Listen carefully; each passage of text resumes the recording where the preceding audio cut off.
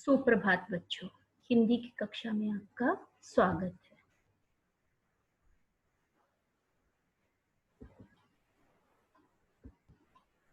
बच्चों, आज हम नया पाठ पढ़ेंगे जिसका नाम है बहादुर बिट्टू।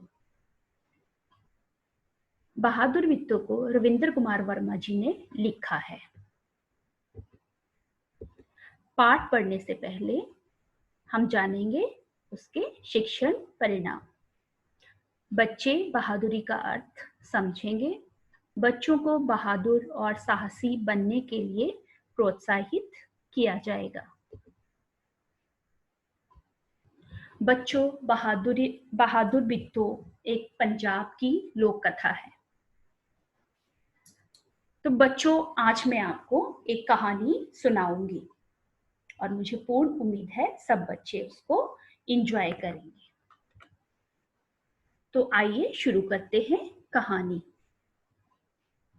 एक किसान था, उसकी बीवी का नाम बिट्टू था। एक दिन किसान ने बिट्टू से कहा, सुबह जब मैं खेत में हल चला रहा था तब अचानक से वहां पर एक शेर आ गया। उसने कहा, किसान किसान, अपना बैल मुझे दे दो वरना मैं तुझे खा जाऊंगा। बिट्टू ने किसान से पूछा, फिर आपने क्या जवाब दिया? किसान ने कहा, तू यहीं रुक, मैं घर जाकर अपनी गाय ले आता हूं। अगर तू बैल खा लेगा तो हम भूखे मर जाएंगे। यह सुनकर बिट्टू को बहुत गुस्सा आया। उसने किसान को फटकारा, घर की गाय खिलाते शेर को खिलाते आपको शर्म नहीं आती? बिना गाय के ना तो घर में दूध होगा न लस्सी, तो बच्चे रोटी किस चीज से खाएंगे? बच्चों, दूध से आपको पता है कौन कौन सी चीजें बनती हैं? दूध से दही, पनीर, लस्सी। और पुराने जमाने में जब घर में सब्जी नहीं होती थी तो ये सब चीजों के साथ लोग खाना खा लेते थे। तो बिट्टू उसके ऊपर बहुत नाराज हुई। तो उसने कहा, तो वो सोचने लगी। सोचते सोचते उसे एक तरकीब सूझी, एक उपाय सूझा। उसने कहा, तुम फौरन खेत में चले जाओ और वहां जाकर शेर को कहो कि मेरी बीबी बिट्टू आपके लिए एक मोटा ताजा घोड़ा लेकर आ रही है। किसान डरता डरता शेर के पास गया। उसने कहा, शेर राजा, हमारी गाय तो बड़ी मरियल है, उससे तुम्हारा क्या बनेगा? मेरी बीबी अभी तुम्हारे लिए एक मोटा ताजा घोड़ा लेकर आ रही है।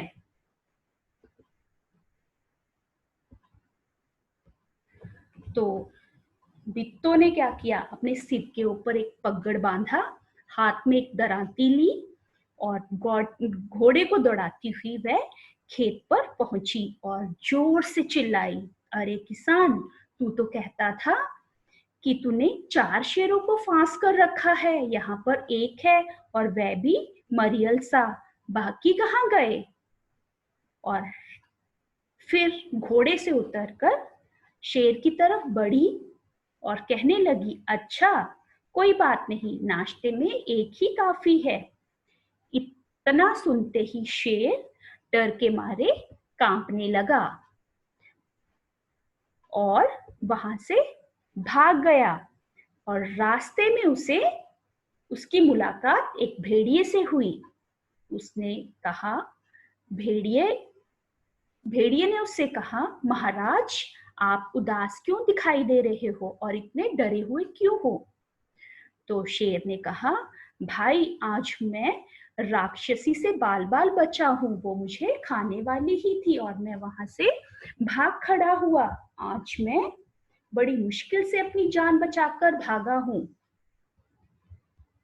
मेरा आज एक ऐसी राक्षसी से पाला पड़ गया था जो नाश्ते में 4 शेर खाती है। यह सुनकर भेड़िया बोला, बहुत हंसा कि जब आपकी सारी बातें हो रही थी मैं वहां की पास वाली झाड़ी में छिपकर ये सारी बातें सुन रहा था। वह कोई राक्षसी नहीं है, परंतु वह तो एक उस किसान की पत्नी है जिसका नाम बिट्टो था, जिसे आपने राक्षसी समझ लिया था। आप इस बार फिर कोशिश करके देखिए, अगर बैल आपके हाथ ना आए तो मेरा नाम भेड़िया नहीं। बहुत समझाने के बाद भी शेर नहीं माना, लेकिन भेड़िया भी अपनी बात पे था और उसने कहा, शेर महाराज, आप अपनी पूंछ के साथ मेरी पूंछ बांध लीजिए और खेत की तरफ चलिए, मैं आपके साथ चलता हूं। जैसे ही दोनों जनों को आपस में पूंछ बांधते हुए बिट्टो और उसके पति ने देखा, तो बिट्टो के पति डर के साथ थर थर कांपने लगा और बिट्टो बिल्कुल निडर थी। उसने साहस बटोरा और उसने इमीडिएटली एक तरकीब, एक उपाय सोच लिया। तो उसने फौरन भेड़िए से कहा, भेड़िया, क्यों रे भेड़िए, तू तो अभी वादा करके गया था कि तू अपनी पूंछ से 4 शेरों को बांध कर लाएगा, लेकिन तू तो सिर्फ एक ही शेर लाया है, वह भी मरियल सा। भला इसे खाकर मेरी भूख कैसे मिट सकती है? खैर कोई बात नहीं, इस वक्त यही सही है। इतना कहकर बिट्टो आगे बढ़ी। शेर के तो मानो होश हवास ही उड़ गए हों। उसने समझा कि भेड़िए ने उसके साथ धोखा किया है, जो उसे वह अपने साथ खेत की तरफ ले आया था। उसने कुछ सोचा नहीं, कुछ समझा नहीं, वह इमीडिएटली फौरन वहां से भाग गया। भेड़िया बहुत चीखा चिल्लाया, लेकिन शेर ने एक ना सुनी। वह तेजी से भागता ही चला गया। अब किसान और बिट्टो आराम से रहने लगे। उन्हें मालूम था कि अब शेर उनके खेत की तरफ कभी नहीं आएगा।